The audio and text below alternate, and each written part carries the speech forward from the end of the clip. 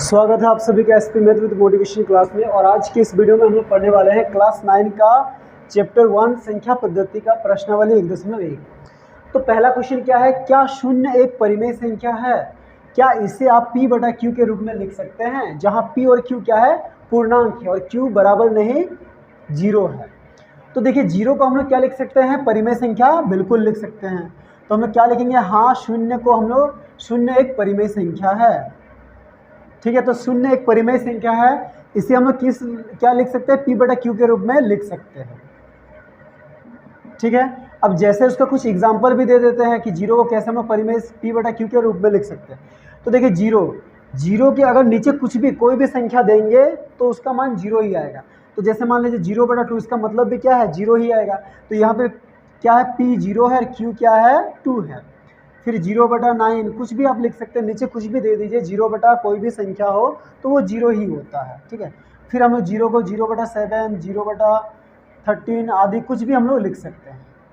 ठीक है, तो यही हो गया हमारा आंसर। तो चलिए अब हम लोग क्वेश्चन नंबर 2 बनाते हैं। 2 क्या है, 3 और 4 के बीच में 6 परिमेय संख्याएं निकालना है। ठीक है, तो देखिए 3 और 4 के बीच कितना परिमेय संख्या बोला है, 6। तो हम लोग क्या करेंगे, 6 में 1 जोड़ेंगे, तो 6 में 1 जोड़ने से कितना आएगा, 7। अब हम लोग क्या करेंगे, इन दोनों के 3 और 4 दोनों के नीचे कुछ नहीं तो क्या है, 1 है, यानी कि दोनों के हर में 1 है, तो उसको हम लोग को क्या करना पड़ेगा, 7 बनाएंगे। तो देखिए 3 है, 3 के नीचे कुछ नहीं तो 1 है। अब इसको 7 बनाने के लिए 7 से गुणा करेंगे, तो नीचे जब गुणा करते हैं तो ऊपर भी 7 से गुणा करेंगे। मतलब क्या है, एक ही संख्या से हम लोग ऊपर नीचे जोड़ घटा गुणा भागा कुछ भी कर सकते हैं। तो कितना हो गया, 3 7 21 बटा 7 एकम 7। फिर क्या है 4, तो 4 के नीचे भी कुछ नहीं है, 1। अब इसका हर को भी क्या बनाना है हमें, 7। तो यहाँ पे भी 7 से गुणा करेंगे और यहाँ पे भी 7। तो 4 7 28 बटा 7। अब हमें लिखना है कि ये जो 21 बटा 7 और 28 बटा 7 के बीच क्या क्या परिमेय संख्याएं आती हैं। तो अब लिखते हैं 21 बटा 7 और 28 बटा 7 के बीच की परिमेय संख्याएं। तो 21 बटा 7 और 28 बटा 7 के बीच परिमेय संख्याएं क्या क्या आएंगे, 22 बटा 7, 23 बटा 7, ऐसे करके। और कहाँ तक आएगा, देखिए ये लास्ट में क्या है, 28 है ना, तो 28 से पहले 27, यानी कि 27 बटा 7। तो देखिए इसमें क्या है कि ये दोनों के बीच में बहुत सारा भी संख्या आ सकता है। तो जब बहुत सारा परिमेय संख्या आएगा तो क्या करना है, पहला 2 को दिखाना है और डॉट डॉट करके आखिरी वाला दिखाना है। अब इनमें से 5 ठो को चुन के हमें लिख देना है।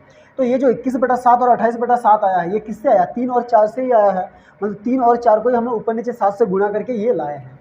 तो लिखेंगे इसीलिए 3 और 4 के बीच 6 परिमेय संख्या है।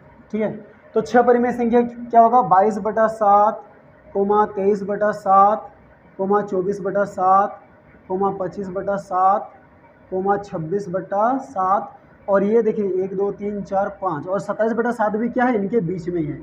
तो यहाँ पे 5 तो हमें पूरा लिख देना है। लेकिन यहाँ पे क्या किया, हम लोग स्टार्टिंग का 2 दिखाया और आखिरी का दिखा दिया। ठीक है, तो चलिए अब हम लोग क्वेश्चन नंबर 3 बनाते हैं। 3 में क्या है, 3 बटा 5 और 4 बटा 5 के बीच में 5 परिमेय संख्या ज्ञात करना है। तो इसको भी हम लोग पहले की तरह ही बनाएंगे। क्या है, इन दोनों के बीच क्या बोला, 5 निकालना। तो हम लोग क्या करेंगे, 5 में 1 जोड़ देंगे, तो ये कितना हो जाएगा, 6। अब ये दोनों का जो नीचे हर है वो दोनों को क्या करेंगे, 6 से गुणा करेंगे। तो 3 बटा 5, अब इसको अगर 6 से गुणा करेंगे तो ऊपर में भी 6 से हमें गुणा करना पड़ेगा। ठीक है, तो 3 छक 18 बटा 5 छक 30। फिर क्या है 4 बटा 5, तो यहाँ पे भी 6 से गुणा करना, यहाँ पे भी 6, तो 6 चौके 24 बटा 30।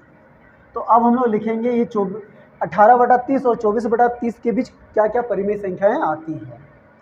तो लिखते हैं 18 बटा 30 और 24 बटा 30 के बीच की परिमेय संख्याएं बराबर।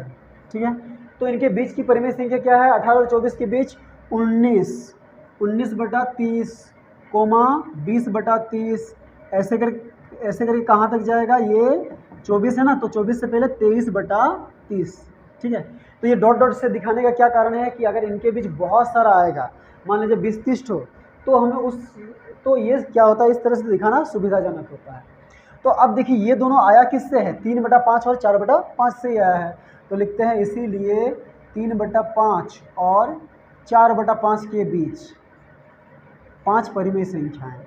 ठीक है, तो यहाँ पे पाँचों को लिख देना है, 19 बटा 30, 20 बटा 30, 21 बटा 30, 22 बटा 30, 23/30।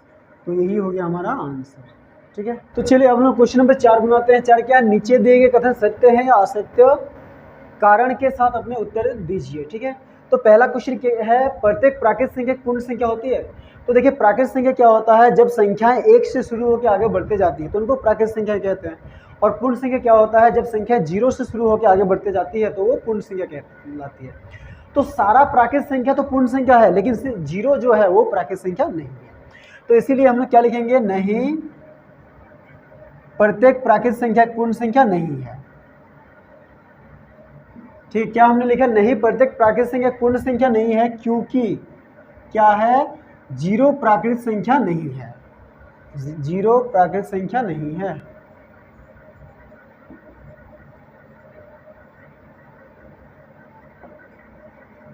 ठीक है, तो यही इसका क्या हो गया, कारण। अब आगे बोला कि क्या प्रत्येक पूर्णांक एक पूर्ण संख्या होती है। देखिए पूर्णांक मतलब समझते हैं जो संख्या रेखा पे जो संख्याएं होती है, अंक होते हैं। संख्या रेखा पे देखते हैं ये 0 होता है, इधर -1 -2 और इधर +1 +2। तो पूर्णांक में क्या है, धनात्मक और ऋणात्मक दोनों संख्याएं आते हैं, लेकिन पूर्ण संख्या में क्या आते हैं, सिर्फ धनात्मक आते हैं। तो बोला कि क्या प्रत्येक पूर्णांक एक पूर्ण संख्या होती है, तो लिखेंगे नहीं। तो लिखेंगे नहीं, प्रत्येक पूर्णांक एक पूर्ण संख्या नहीं होती है। ठीक है, तो क्यों नहीं होती है, क्योंकि पूर्णांक जो है वो ऋणात्मक भी होते हैं, पर पूर्ण संख्या क्या है, ऋणात्मक नहीं होते हैं। क्योंकि पूर्णांक क्या है, ऋणात्मक भी होते हैं।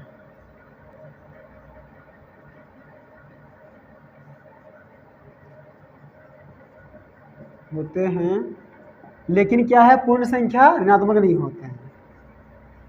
तो चलिए अब हम लोग 3 नंबर देखते हैं। 3 नंबर क्वेश्चन क्या कह रहा है कि क्या प्रत्येक परिमेय संख्या एक पूर्ण संख्या होती है। तो नहीं, प्रत्येक परिमेय संख्या एक पूर्ण संख्या नहीं होती है। जैसे मान लीजिए अगर हम लोग बोलेंगे कि 8/4 ये परिमेय संख्या, तो ये पूर्ण संख्या हो सकता है। कैसे होगा, 4 एकम 4, 4 दूनी 8, यानी कि 2 आया। लेकिन अगर 7/3 ये परिमेय संख्या है तो ये कटेगा नहीं, तो ये क्या पूर्ण संख्या नहीं है। तो हम क्या लिखेंगे, नहीं, प्रत्येक परिमेय संख्या एक पूर्ण संख्या नहीं होती है। क्यों नहीं होती है, क्योंकि पूर्ण संख्या का जो हर है वो हमेशा एक ही होता है। ठीक है, पूर्ण संख्या जानते हैं 0 1 2 3, तो वो सबके नीचे कुछ नहीं तो क्या है, एक होता है। लेकिन परिमेय संख्या का हर जो है वो एक के अलावा बाकी संख्या भी हो सकता है। तो नहीं, प्रत्येक परिमेय संख्या पूर्ण संख्या नहीं है, क्योंकि पूर्ण संख्या का हर, पूर्ण संख्या का हर क्या होता है, हमेशा एक होता है।